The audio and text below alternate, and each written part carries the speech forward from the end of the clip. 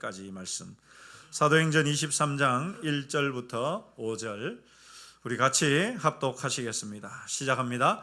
바울이 공회를 주목하여 이르되, 여러분 형제들아, 오늘까지 나는 범사의 양심을 따라 하나님을 섬겼노라 하거늘, 대제사장 아나니아가 바울 곁에 서 있는 사람들에게 그 입을 치라 명하니, 바울이 이르되, 회칠한 담이여, 하나님이 너를 치시리로다.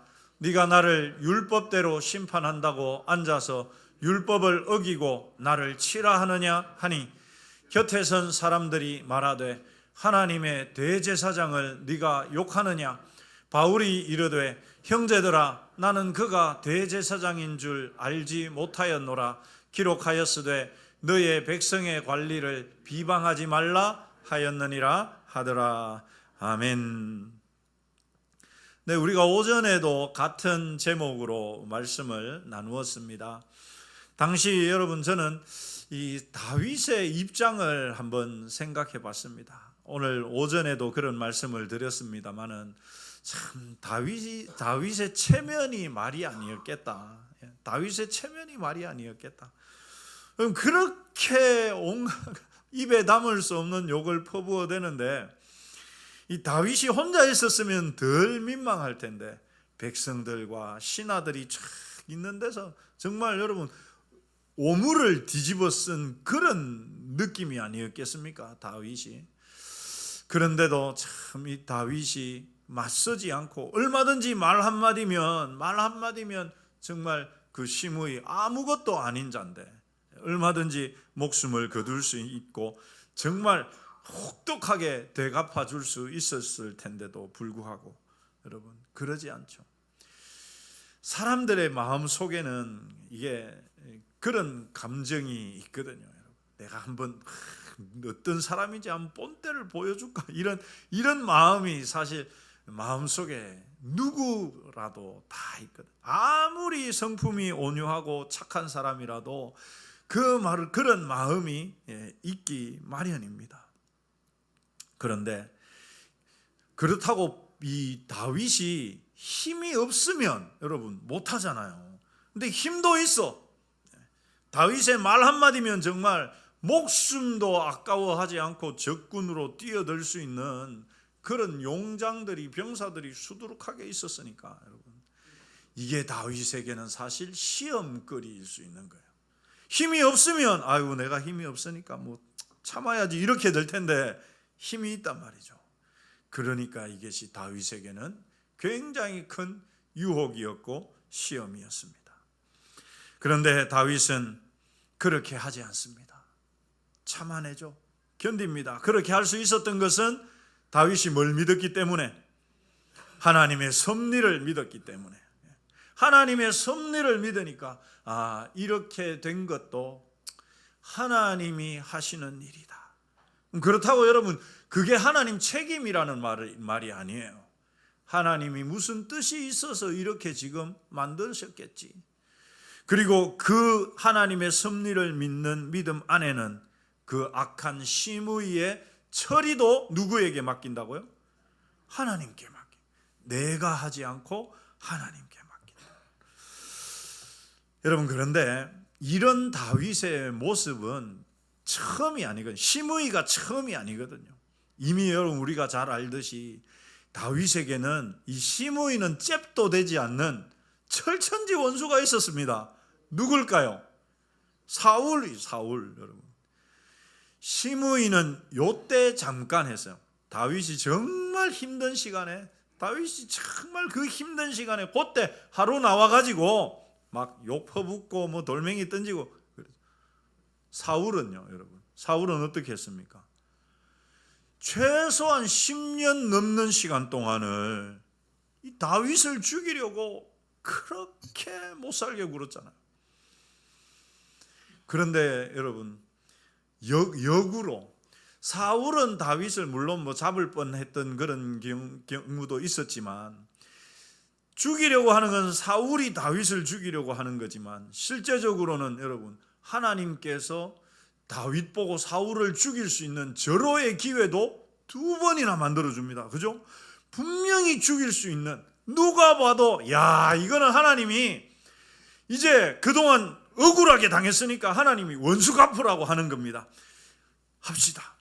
그래서 여러분, 그때도 아비새가, 이 시므이 때 그랬더니 아비새가 그때도 내가 창으로 2번 찌를 필요가 없습니다. 한 번에 사울을 죽이겠습니다. 근데 다윗이 뭐라고 합니까? 이렇게 말합니다. 같이 읽어보시죠. 시작합니다. 다윗이 또 이르되 여호와께서 살아계심을 두고 맹세하노니 여호와께서 그를 치시리니 혹은 죽을 날이 이르거나 또는 전장에 나가서 망하리라. 여러분, 여기에 중요한 표현이 뭐겠습니까? 이 말씀 사무엘상 26장 10절 말씀에서 제일 중요한 표현이 뭐겠습니까? 바로 이 말씀입니다. 같이 읽겠습니다. 시작. 여호와께서 그를 치시리니. 야, 내가 죽이지 않아도, 내가 원수 갚지 않아도, 네가 그렇게 창으로 저 사울을 안 찔러도 누가 친다고요? 하나님이 친다. 하나님이 처리할 거야. 하나님이. 여러분, 이 고백이 정말 다윗의 신앙을 보여주는, 어떤 신앙을 보여주는, 하나님의 섭리를 믿는 신앙을 그대로 보여주는 말이죠. 왜 그러면 다윗은 이렇게 하나? 여러분, 우리는 누구에게나 아까도 말씀드린 것처럼 내가 손봐주고 싶은 마음이 있어요. 그것도 내가 힘이 있으면 정말 내가 손봐주고 싶은 마음이 있거든요. 그런데 하나님은 그걸 원하지 않아요. 하나님은 내 손에 피를 묻히기를 원하지 않습니다. 이게 우리가 여러분 꼭 기억해야 됩니다. 다윗이 이야기했던 여호와께서 살아계심을 두고 맹세하노니, 이게 뭡니까 여러분? 우리 하나님 살아계셔서 모든 것을 다 하나님 어미하신 눈으로 감찰하고 계셔요. 그래서 지금 내가 억울한지 안 억울한지도 하나님 다 알고 계셔. 그러니까 내가 하나님께 맡기면 하나님이 알아서 손볼 자 손보시고 죽일 자 죽이시고 하나님 다 하신다. 다윗은 이 신앙이 바로 여기에서 여러분 잘 드러나고 있는 것이죠. 우리가 이 오후에도 큰 맥락은 다르지 않습니다. 오전에 나누었던 이 말씀과 다르지 않지만 조금 다른 관점에서 이 주제를 다루고자 합니다. 여러분, 우리가 좀 전에 읽었던 사도행전 말씀은 바울이 예루살렘에서 체포당해서 지금 재판받는 장면입니다. 우리가 읽은 말씀은 바울이 예루살렘에서 잡혀가지고 재판을 받는 상황이거든요. 바울은 여러분 3차례에 걸쳐서 선교로 많은 교회를 세웠었습니다. 그리고 예루살렘을 향해서 가는데 이제 내가 예루살렘에 가면 나는 잡히고 고난당하는 것을 알고 있었어요. 그런데도 이 사도 바울은 예루살렘으로 가죠. 미리 하나님이 알려주셨습니다. 성령님께서 너 예루살렘에 가면 체포될 거고 고난을 당할 거야. 그런데도 바울은 가죠. 나는 심령의 매임을 받아서 간다. 하나님이 이 복음 전하는 이 사명 위에서 나는 이미 죽기도 각오했다. 그러고 가죠. 갔더니 예루살렘에 갔더니 어떻게 됩니까? 체포됩니다. 체포되어서 이 바울이 유대인이었기 때문에 먼저 유대인 최고 회의인 산헤드린 공회의 재판에 회부되었습니다. 거기에 이제 바울이 잡혀와가지고 첫 마디 입을 열었습니다. 뭐라고 입을 열었느냐? 이렇게 바울이 말합니다. 공회를 주목하여 이르되 여러분 형제들아, 오늘까지 나는 범사에 양심을 따라서 하나님을 섬겼다. 이 말은 여러분 죄가 있다는 말입니까? 없다는 말입니까? 없다는 말이죠. 바울은 나는 양심상 깨끗하다. 하나님 앞에서 내 양심대로 행했고 나는 깨끗하다라고 말했어요. 그런데 이 말을 듣고서 당시 산헤드린 공회 의장이었던 대제사장이 바울 옆에 바울을 붙잡고 있는 주변에 있던 사람들에게 야, 저놈 입을 쳐라! 이렇게 말합니다. 바울의 입을 때리라고 말해요. 여러분, 아마 우리가 살아가다 보면 혹여라도 그런 일이 잘은 없겠지만 뺨을 맞는 경우는 어쩌다가 있을 수 있습니다. 그죠? 근데 혹시 지금까지 살아오다가 입을 한번 맞아보신 분 있으십니까? 입 맞아보신 분 있습니까? 어이구! 네, 큰 경험하셨습니다. 뺨을 맞아도 여러분 기분이 나쁘지만 한번 지금 생각을 해보십시오. 내 옆에 앉은 사람이 내 입을 팍 때렸다고 생각해 보십시오. 여러분 기분이 좋겠습니까? 좋겠습니까? 안 좋겠습니까? 좋으신 분 있으면 한번. 야, 이거는 여러분 저도 한번 생각해 봤거든요. 뺨은 그래도 어떻게 맞아 볼 수 있겠다. 예수님도 오른편 뺨 맞으면 왼편 이래 돌려대라고 했으니까. 근데 입 맞는 거는 예수님도 이야기 안 했단 말입니다. 당시에 유대인들에게 있어서 여러분, 유대인들, 우리도 사실 내가 말하는데 입을 탁 누가 때렸다고 생각해 얼마나 기분 나쁘겠습니까? 그죠? 당시 유대인들에게 있어서 입을 친다라는 말은 사실상 그 사람의 인격을 완전히 짓밟는 행위예요. 굉장히 모욕적인 일입니다. 그러니까 여러분 바울도 보통 사람이 아니거든요. 바울도 성격이 대단한 사람입니다. 바울이 사도 바울이시니까 여러분 막 온화하고 온유하고 그런 게 아니라 바울도 성격이 불같았습니다. 그래서 바울이 뭐라고 이야기하느냐? 이렇게 이야기합니다. 같이 읽어보시죠. 시작합니다. 바울이 이르되 회칠한 담이여 하나님이 바울이 열받은 거예요. 어디 내 입을 치라고 그래? 이 회칠한 담아 이러면서 하나님이 너를 칠 거다 이렇게 말해요. 여러분 우리가 오전에 봤던 말씀하고 지금 바울의 태도하고 어떻습니까? 같습니까? 다릅니까? 다윗은 어떻게 했습니까? 아이고 때리려면 때리세요 이러고 있었는데 바울은 지금 어떻게 합니까? 이 회칠한 담아 이렇게 맞서잖아요. 맞서는 것처럼 보여요, 여러분. 바울이 이렇게 이야기를 하니까 바울 옆에 있던 사람이 바울을 향해서 이렇게 말합니다. 우리 읽어보시죠. 시작합니다.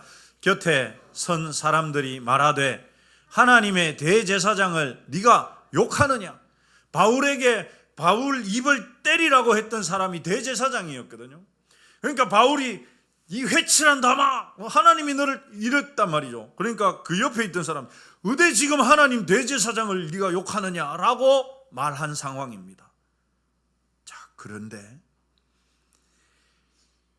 요 말을 들은 바울의 태도가 확 달라집니다. 어떻게 달라지느냐? 같이 읽어보시죠. 시작합니다. 바울이 이르되 형제들아 나는 그가 대제사장인 줄 알지 못하였노라. 기록하였으되 너의 백성의 관리를 비방하지 말라 하였느니라 하더라. 여러분 바울의 말을 우리가 찬찬히 바라보면 바울이 화가 나가지고 이 회칠한다마 하고 맞받아 쳤을 때는 그 사람이 대제사장인 줄 알았습니까? 몰랐습니까? 몰랐을 때라고 지금 이야기하잖아요. 바울이 몰랐습니다. 근데 그 사실을 옆에 있는 사람이 알려주고 나니까 뭐라고 이야기합니까? 갑자기 여러분 반항적이고 막 불순종적이던 태도가 확 바뀌죠. 굉장히 순종적이고 유화적인 태도로 바뀝니다.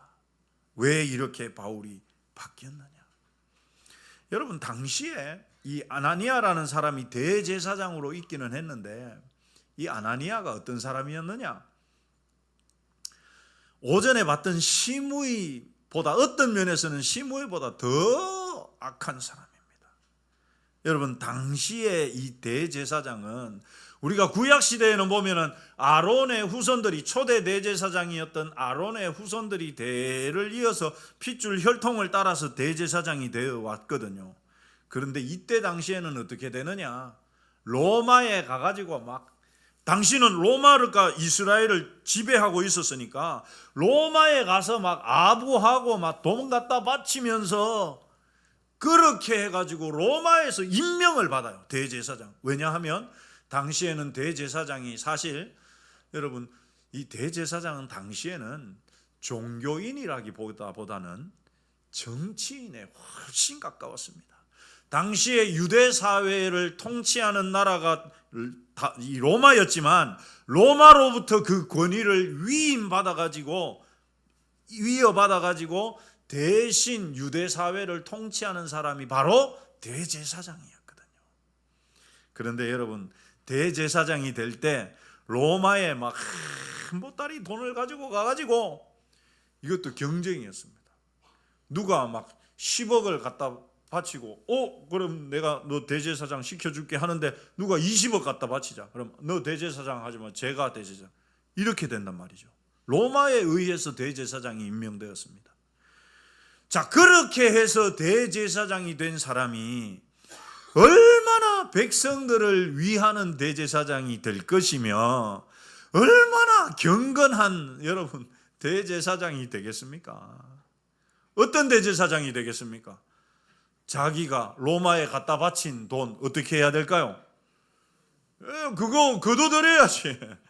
온갖 부정한 방법으로, 여러분, 언제 기회가 되면 이 당시, 예수님 당시에 성전이 얼마나 타락했는지를 말씀드리겠습니다만은, 사실상 대제사장이 자기 치부하는 수단이었습니다. 이스라엘 백성들도 다 알아요. 저거 대제사장 감 아닌데 저거 로마에 아부해가지고 저거 됐다. 게다가 여러분, 이 당시에 아나니아라는 대제사장은 굉장히 성정이 흉폭한 자였습니다. 그래서 없는 죄를 뒤집어 씌워서 재판해서 억울한 사람 만들고 수많은 유대인들 힘들게, 결국 나중에 이 아나니아라는 대제사장은 이스라엘 안에서 반란이 일어나가지고 도망가서 숨었다가 잡혀서 죽습니다. 이 이스라엘 유대인들에게. 그럴 정도로 못된 인간이에요. 그런데 여러분, 이런 상황을 이 바울이라고 몰랐겠습니까? 그 대제사장이 어떤 인물인지 이 바울이 몰랐겠습니까? 바울도 뻔히 다 보이거든. 그런데 바울은 참 놀랍게 행동하죠.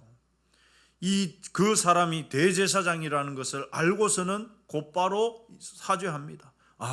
나는 저 사람이 대제사장인 줄 몰랐다. 왜냐하면 하나님의 말씀에 보니까 뭐라고 되어 있느냐? 여러분, 이렇게 말하죠. 기록하였으되 너의 백성의 관리를 비방하지 말라 하였느니라. 요 표현은, 신약 성경의 요 표현은 구약 성경을 인용한 표현이거든요. 그러면 이 말씀은 구약 성경 어디를 인용한 것이냐? 출애굽기 말씀입니다. 우리 같이 읽어보시죠. 시작합니다. 너는 재판장을 모독하지 말며 백성의 지도자를 저주하지 말지니라. 이 출애굽기 22장 10절 이 말씀을 바울이 인용해서 나는 그분이 대제사장인 줄 몰랐습니다. 난 만약에 알았다면 내가 그런 말을 했을까 안 했을까요? 안 했을 겁니다 라는 말을 한 것이죠. 여러분, 바울이 태도를 바꾼 거는 딱 한 가지 이유입니다. 그 이유가 뭘까요, 여러분? 따라서 하십시다. 하나님이 그렇게 하라고 하셨기 때문이다. 어디에요? 출애굽기 22장 28절에 하나님이 그 말씀을 해놓으셨기 때문에 바울은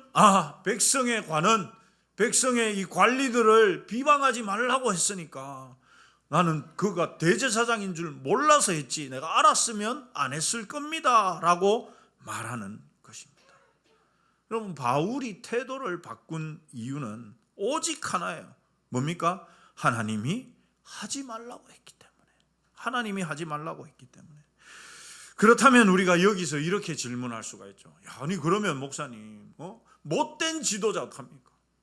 김정은이 같은 지도자, 이런 독재하는 대통령, 임금 있을 때 그럼 어떻게 해야 됩니까? 고스란히 다 받아야 됩니까? 당해야 됩니까? 결론부터 말씀드리자면 그렇습니다. 왜 그러냐? 성경이 분명하게 가르치는 것이 그렇기 때문이에요. 못된 지도자든 잘하는 지도자든 지도자에게 그를 비방하지 말라. 이것이 성경이 가르치는 가르침입니다. 바울은 정황상 이 아나니아가 어떤 제사장인지를 분명히 알고 있었습니다. 왜냐하면 당시 이미 그 전부터 대제사장은 로마에 의해서 그렇게 세워졌기 때문에, 여러분, 이 대제사장이 아니에요. 완전 정치꾼이었습니다. 게다가 실제적으로 유대 사회를 손 안에 쥐고 흔드는 사람이 대제사장이었죠. 로마에 임명받는 절차도 누가 많은 돈을 갖다 바치느냐에 따라서 대제사장이 되고, 그래서 1년 만에 또 잘리고 또 다른 사람이 제사장이 되기도 했었습니다. 그런데 바울은 그런 사실을 다 알면서도 그가 대제사장이라는 이유 하나만으로 바울은 태도를 완전히 바꾸어 버립니다. 왜요? 하나님이 백성의 관리를 비방하지 말라고 하셨기 때문에. 아무리 마음에 들지 않아도 하나님께서 하지 말라고 하셨기 때문에 바울은 거기에 그냥 순종하는 것입니다. 여러분, 바울의 이 성경적인 가치관, 이 성경의 가치관을 잘 보여주는 말씀이 로마서에 나옵니다. 우리 같이 한번 읽어보시죠. 시작합니다. 각 사람은 위에 있는 권세들에게 복종하라. 권세는 하나님으로부터 나지 않음이 없나니 모든 권세는 다 하나님께서 정하신 바라. 여러분, 흔히 이제 목사님들이 정치의 중립을 선언하는 말씀으로 이 말씀들을 많이 인용합니다. 여러분, 저는 보수도 아니고 진보도 아닙니다.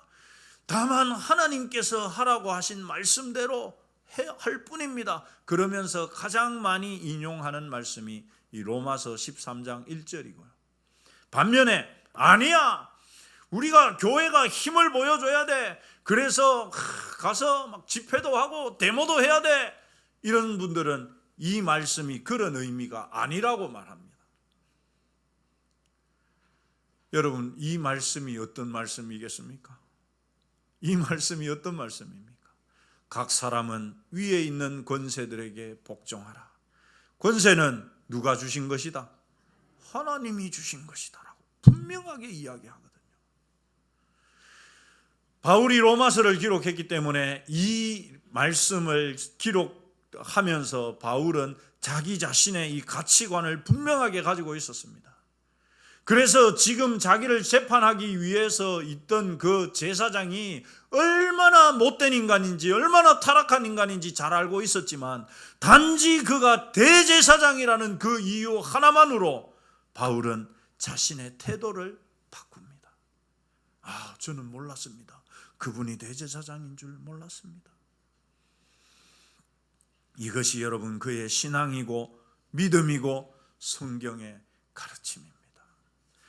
그리고 이 신앙과 가르침은 우리가 오전에 보았던 다윗에게도 보았던 것과 마찬가지입니다. 하물며 다윗은요, 권세라고는 아예 하나도 없는 심의한테도 어떻게 했습니까? 그 심의도 하나님께 맡기고 자기 길을 갔습니다. 여러분, 과연 어떻게 하는 것이 올바른 성경적인 가르침입니까? 나가서 싸워야 될까요? 부당한 정부기 때문에 부당한 정권이라고 우리가 목소리를 높여서 싸우는 것이 맞습니까? 어떤 분들은 그렇게 말해요, 여러분. 그러나 성경은 그렇게 말하지 않습니다. 물론 여러분 밖에 나가서 싸우자고 말하는 분들도 성경을 가지고 와서 부당한 사람들과는 맞서 싸우라고 하나님이 말씀하셨다라고 말하거든요. 도대체 하나님의 섭리를 믿는 신앙, 도대체 여러분 무엇이겠습니까? 다윗이 시므이를 대하는 태도, 그리고 바울이 이 아나니아가 대제사장이라는 것을 알고서 대한 이 바울의 태도, 과연 여러분 무엇을 우리에게 보여주는 것입니까? 여러분 도대체 다윗은 어떻게 그렇게 할 수 있었고 바울은 또 왜 그렇게 했겠습니까? 우리 한 번 더 따라서 하십시다. 하나님이 모든 것을 다스리신다. 이렇게 말하면 이제 어떤 분들은 그렇게 말씀합니다. 그럼 목사님, 그러면 하나님이 모든 걸 다 하시니까 우리는 그냥 가만히 누워갖고 입만 쳐다보고 감 떨어지기를 기다려야 됩니까? 라고 말을 합니다. 가만히 있으라고 말하지 않습니다. 뭐 하라고 말합니까, 여러분? 뭐 하라고 합니까? 기도하라고 합니다. 기도하라고. 정말 애타는 마음을 가지고, 정말 안타까운 마음을 가지고 여러분 정치인들을 위해서, 대통령을 위해서 기도해 보셨습니까? 그냥 다 모인 막 그 집회에서 그런 게 아니라 정말 골방에서 내가 우리나라의 대통령을 위해서, 위정자를 위해서, 그가 잘못 나가고 있고 뭐 잘하고 잘못하고를 떠나가지고 정말 여러분 말씀에 순종해서 해본 적이 있는가? 저는 최근 우리 사회가 보수와 진보로 크게 나누어서 서로를 죽일 듯이 미워하는 일에, 여러분 그 일에 누가 앞장서고 있습니까? 교회들이 앞장서고 있습니다. 교회들이, 성도들이 앞장서고 있습니다. 너무 가슴이 아픕니다. 너무 안타깝습니다. 왜 같은 하나님을 믿는데, 우리가 성경, 다른 성경 보는 거 아니잖아요. 제가 보는 성경이나 여러분이 보는 성경이나 똑같고, 우리가 보는 성경이나 저 남은교회에서 보는 성경이나 저기 남부교회, 동부교회, 서부교회에서 보는 성경이나 똑같은 성경 아닙니까? 같은 성경을, 같은 하나님을 믿는데 왜 서로를 용납하지 않고 왜 그렇게 싫어하고 미워하고 저주를 퍼부어대는지, 다윗과 같은, 바울과 같은 신앙을 갖지 않았기 때문입니다. 이렇게 말씀드리면 목사님 나는 다윗도 아니고 바울도 아닌데요, 이렇게 혹시 말할 분이 계실지 모르겠습니다. 그러면 안 됩니다, 여러분. 그러면 안 됩니다. 우리 중 누구도 그렇게 말해서는 안 됩니다. 왜냐하면 이들의 모습이, 다윗의 모습이, 바울의 모습이 성경의 가르침이고 예수님의 가르침이기 때문입니다. 여러분 그럼 예수님 한번 볼까요? 우리가 예수님 한번 볼까요? 예수님 자기를 체포하러 대제사장이 보낸 군병들이, 가롯 유다가 이끌고 군병들이 예수님 잡으려고 왔습니다. 그때 예수님 제자 중에 베드로가 칼을 뽑아가지고 그 대제사장 종의 귀를 잘라버렸잖아요. 칼을 휘둘러 버렸어요. 그때 예수님 뭐라고 말씀하셨느냐? 그렇습니다. 같이 읽어보시죠. 시작합니다. 예수께서 이르시되 내 칼을 도로 어떻게 해라? 칼집에 꽂아라. 베드로야, 휘둘러라. 저놈들 다 죽여라. 내가 능력 부어줄게. 다 죽여라. 예수님 그러지 않으셨습니다. 베드로가 뽑아든 그 칼을 어떻게 하라고요? 다시 꽂아라. 빼서 휘두르지 말고 꽂아라. 칼을 꽂아라. 그 다음에 중요한 말씀하십니다. 내가 내 아버지께 구하여 지금 12군단 더 되는 천사를 보내시게 할 수 없는 줄로 아느냐? 이 말은 여러분 12군단보다 더 많은 천사들을 지금 당장 소환할 수 있다 없다? 있다. 예수님 그런 능력 가지신 분이에요. 한 군단이 여러분 6천 명입니다. 한 군단이 6천 명. 12군단이면 최소로 잡아도 7만 2천 명 이상 되는 천사. 천사 한 명만 있어도 여러분, 아수르 군대 18만 5천 명을 하룻밤에 시체로 만들어 버리는데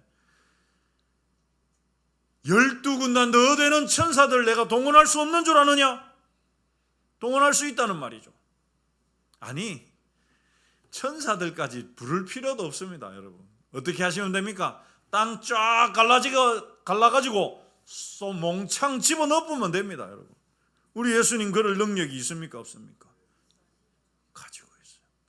다윗이 얼마든지 시므이를 단칼에 죽여버릴 수 있는 힘을 가지고 있었던 것처럼 예수님은 한마디 말씀이면 그 왔던 졸개들 아무것도 아니듯이 여러분 쓸어버리실 수 있죠. 예수님은 베드로에게 이렇게 말씀합니다. 네 칼을 더러 칼집에 꽂아라. 여러분, 우리는 칼을 쥐고 흔드는 사람이 아닙니다. 칼을 쥐고 휘두르는 사람이 아니라는 말씀이죠. 칼이 있으면 어떻게 해야 된다고요? 칼 다시 꺼내. 우리말에 여러분, 그 남자가 칼을 뽑았으면 어떻게 해야 됩니까? 썩은 무라도 잘라야 되는데 우리 예수님은 뭐랍니까? 칼을 뽑았으면 어떻게 해라? 얼른 다시 넣어라. 얼른 다시 넣어라. 그거 휘두르지 말고 얼른 집어넣어라. 누구 말이 맞습니까? 할렐루야.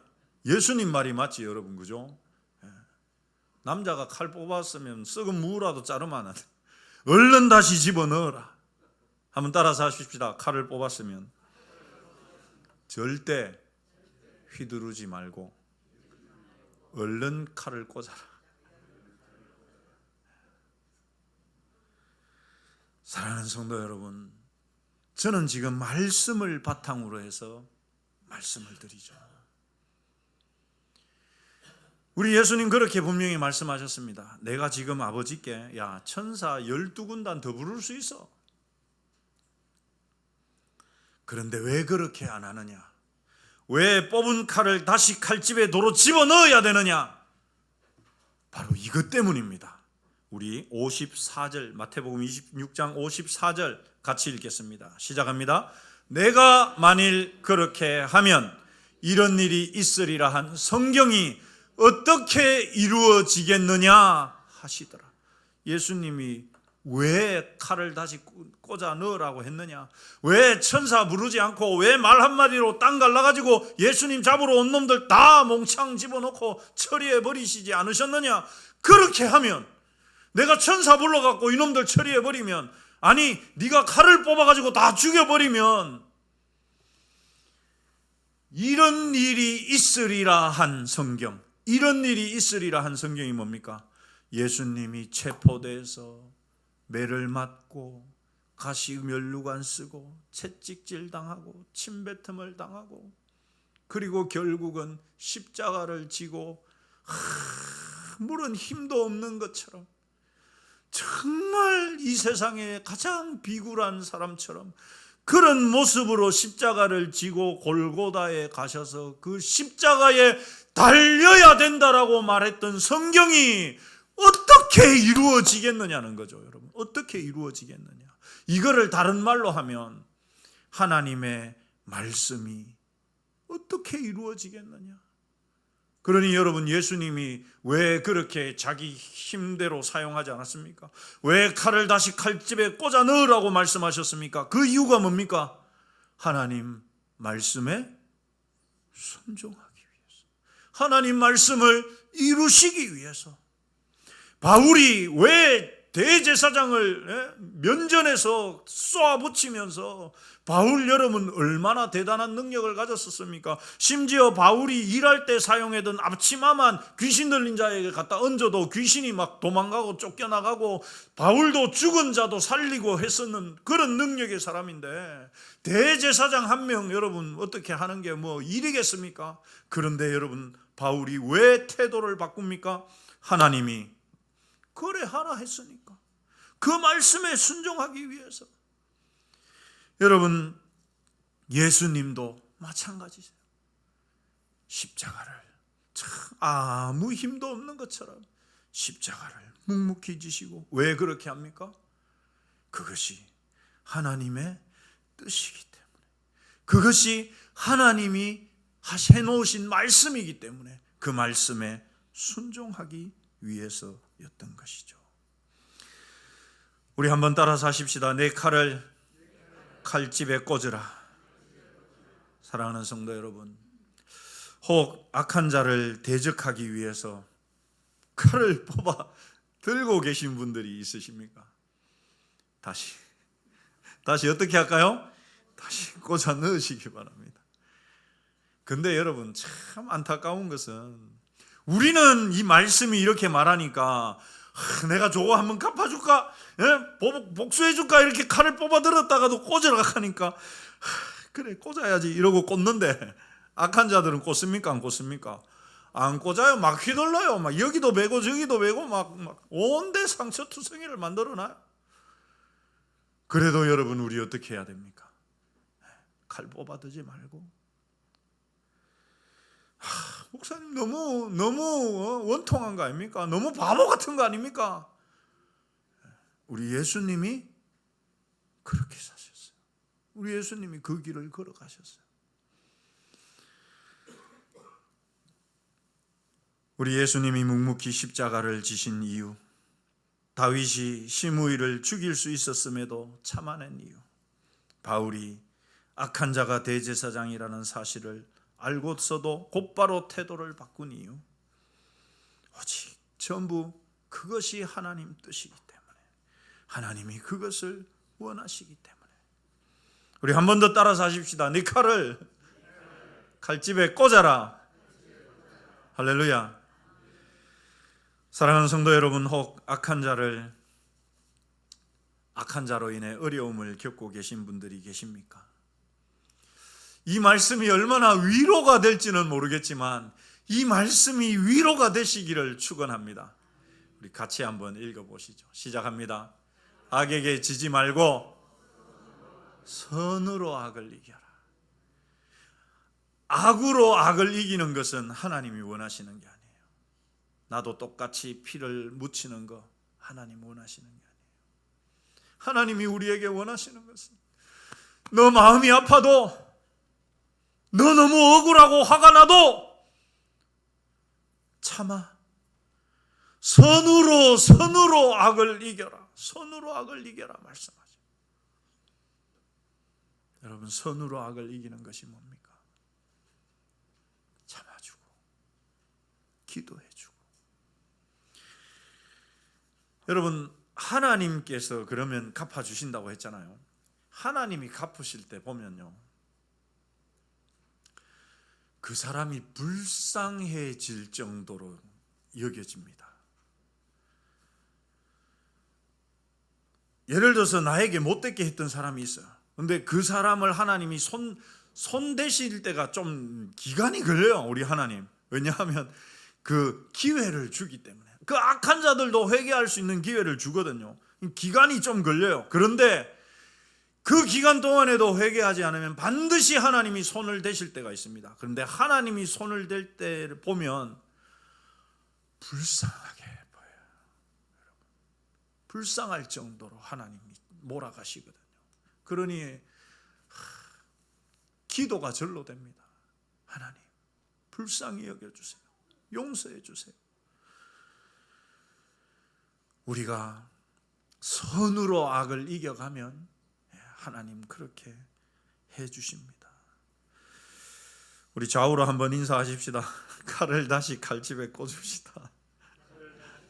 한 번 더 하십시다. 선으로 악을 이깁시다. 여러분, 이미 다들 알고 계시지만 참 쉬운 일 아닙니다. 참 쉬운 일 아닙니다. 그러나 저는 가능하면 이 말씀들을 꼭 우리가 기억하고 살자 해서 오전과 오후에 걸쳐서 말씀을 드리는 겁니다. 선으로 악을 이기는 것, 여러분 참 쉽지 않아요. 그러나 모두가 선으로 악을 이겨가시기를 소망합니다. 여러분, 우리가 찬양을 하나 부를 텐데 이 찬양은 모르시는 분들도 좀 있을 거라고 생각합니다. 우리 어른들께는 조금 또 죄송하기도 하고. 그런데 이 찬양이 어떻게 해서 생겨났느냐 하면 독일의 본 회퍼라고 하는 목사님이 이 가사를 썼어요. 그러니까 혹시 찬양을 모르시는 분들은 가사만 이렇게 보시면서 한번 읽어 보십시오.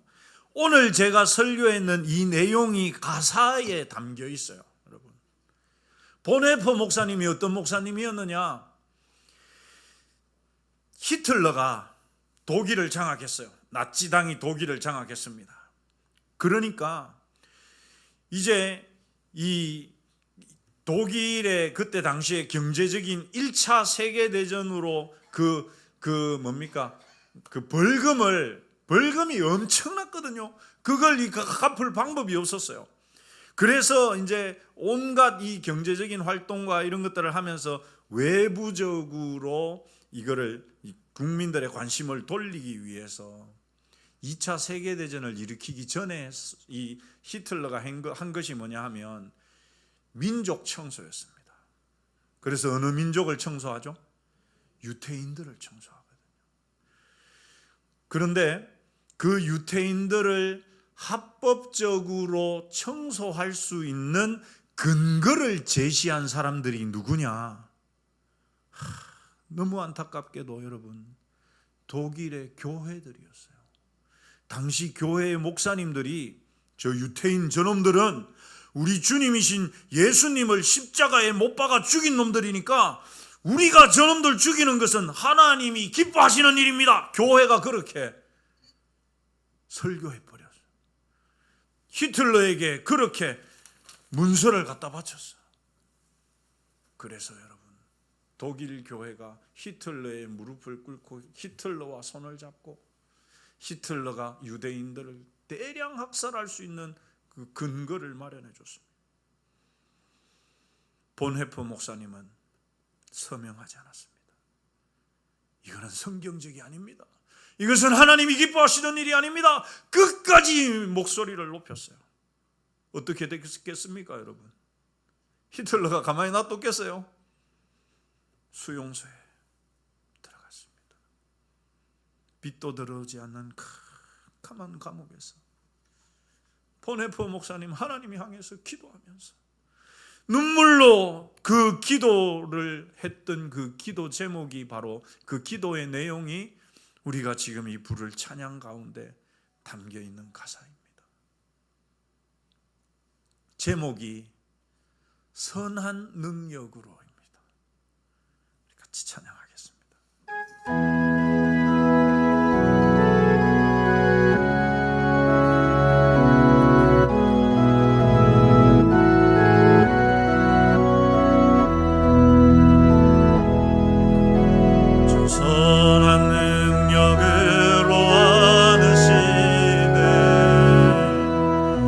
그 크신 팔로